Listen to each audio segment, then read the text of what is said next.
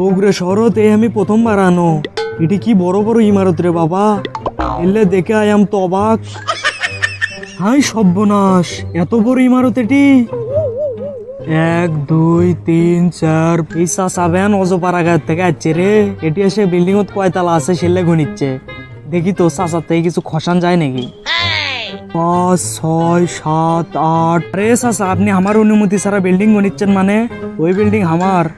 এটি যদি কেউ বিল্ডিং এর তালা গনে তাহলে এক তালা গনলে তাকে 100 টাকা দেওয়া লাগে। যেহেতু আপনি 8 তালা গনছেন তাহলে আপনার থেকে 800 টাকা লেমো। কিন্তু আপনি যেহেতু গ্রামের, আপনাকে দেখে শিক্ষিত মনে হচ্ছে, আপনি 800 টাকার বদলে আমাকে 500 টাকা দিয়েন তাহলে হবে। বাবা, তুমি তো মেলা ভালো মনের মানুষ, তুমি আমাকে 300 টাকার ছাড় দিলা। লাও লাও, তোমার টাকাটা লাও।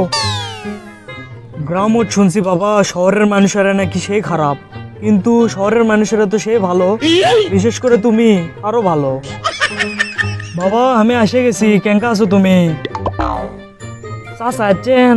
এত দেরি হলো গুমা। আমি চাচির কাছে মোবাইল করিস না, চাচি গেলো মেলাক্ষণ আগে বের হয়ে গেছে বুড়ে। আপনার এত দেরি হলো কে ব্যাপার?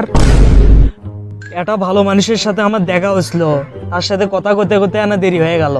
জানিস, ওই ভালো মানুষ আমাকে 300 টাকার ছাড় দিছে। 300 টাকা ছাড় দিছে? কিসের সেটা? আর কে দিছে? বাবা, তুই তো জানিস আমি শহরত প্রথমবার আসছি। আমি একটা বিল্ডিং গন বেললেন, কত বড় বিল্ডিং ওটা জানিস? 8 তালা। আমি 8 তালা পর্যন্ত গণ্য। তখন একটা ভালো মানুষ এলো, এসে করছে আপনি যেহেতু 8 তালা গনছেন আপনার 800 টাকা হয়, আপনি আমাকে 800 টাকা না দিয়ে 500 টাকা দেন। কত বড় উপকার করলো আমার, দেখছু কত ভালো মানুষ আছে এটি। আরে চাচা, আপনি কেবল ঠকাছে বারে? কয় তালা আছে সেলে গুললে আবার কেউ টেকা লাই নাকি? চাচা, আপনি উঠিয়ে না চলেন তো, কে ঠকাছে আপনাকে যায় না দেখি। এ বাবা, উদে দেখ তোর পিছনে দাঁড়া আছে। হ উই ধরক ধর। ও ই আপনি ঠকাছে। চাচা, আপনি এটি দাঁড়ান, আমি আপনার টেকালি এসেছি এখনই। তোর জীবনে যদি কোনো সমস্যা থাকে তাহলে আমাকে ক, আমি সব সমস্যার সমাধান করে দিই। আমি 50 বছর হিমালয় তপস্যা করে আসছি। মজা আপনি ঠিকই করে পারেন বারে। আপনি কোথা থেকে আসছেন? 50 বছর তপস্যা করে আসছেন না?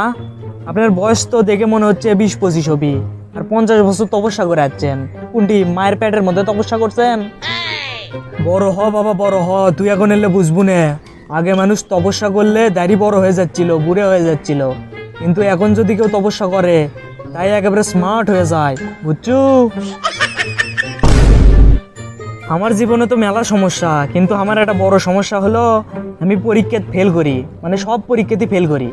আপনি যদি এই সমস্যার সমাধান দিবার পারেন তাহলে আপনি যা করবেন আমি সেই টাকাই দেবো। এটা তো আমার বাঁ হাতের খেল রে। এটা তাবিজ আছে, তুই যদি আমাকে 10,000 টাকা দিস তাহলে ওই তাবিজটা তোকে দিয়ে দেবো। ওই তাবিজ পড়ার পর তুই যদি প্রশ্নও লিখে দিয়ে আসিস, সৃজনশীলও লিখে দিয়ে আসিস, তাও তুই 100-র মধ্যে 100ই পাবো পরীক্ষায়।